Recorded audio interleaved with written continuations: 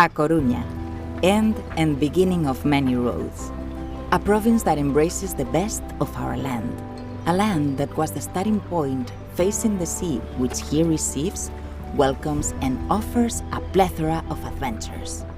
Adventures like the ones offered by Camino Ingles, a Jacobean route that for centuries has led many pilgrims from the British Islands and northern European countries, taking them from here, from Ferrol, to Compostela.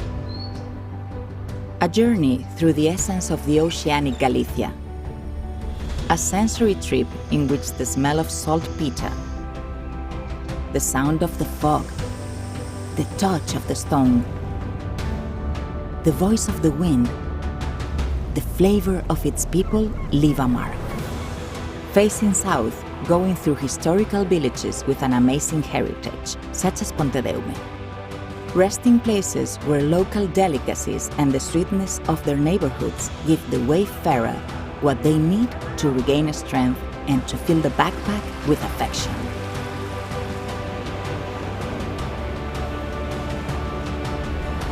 Stone, sand, water, forest. Inland, the walker delves into history, into the grandeur of treasure towns like Betanzos,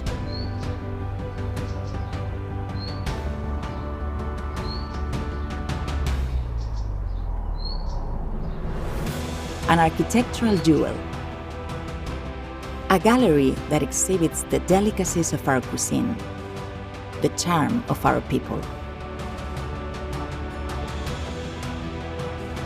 Camino Ingles, an adventure that was also born in Herculean lands. Besides Ferrol, the city of A Coruna was the main dock where historically Scots, Swedes, Danes, and many others disembarked, following the traces marked by the scallop shells. Gastronomy, heritage, cozy accommodation, and lots of nature. The pilgrims follow their course along the rivers of the Oroso Council, where they find the last rest before reaching the glory. From north to south, the Camino Ingles offers a journey of 112 kilometers from coastal Galicia to its heart, Santiago de Compostela.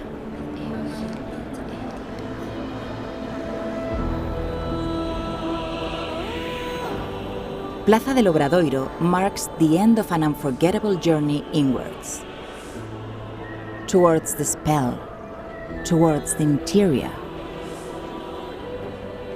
But it also marks the beginning of a new journey.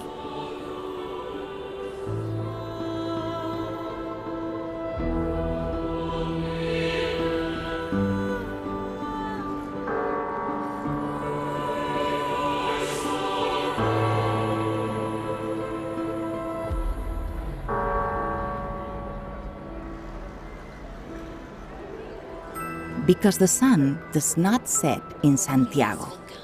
The sun sets in Fisterra, and there, towards the end of the earth, the boots set course after touching the sky in Compostela. The Jacobean route to Muxia and Fisterra responds to the pilgrims' historic cry, Ultreia. That is, let's go beyond. Costa da Morte was the last known redoubt of land, the door through which, according to pre-Roman beliefs, souls entered heaven. And on this ascent, bridges, rivers, manor houses, and medieval villages add beauty and solemnity. This final stage of the way implies the perfect epilogue, the well-deserved reward for those who decide to give themselves fully. A last effort rewarded with unforgettable landscapes, those offered by the region of Chayas. Endless meadows and viewpoints from which you can feel the salty immensity of the ocean. The place of Albeiroa is a port of call for the walker. Shortly after, in Dumbria, the route forks to offer a double adventure. 2 paths full of magical spots with stunning views that anticipate the grand finale. Muxia, cradle of the legend, where the waves pound against the chest, where the sea throbs, the stones swing, and the soul is reborn. Costa da Morte fills with life the last pages of the way from Muxia to Fisterra, with the overwhelming beauty of its beaches.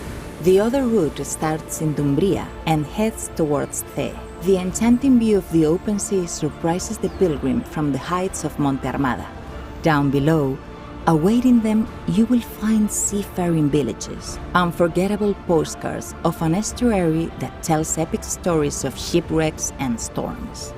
The coast guides the last steps of the Camino to the charming village of Corcubión. It is the prelude to an unforgettable ending, Fisterra, which welcomes the weary pilgrim in their best clothes.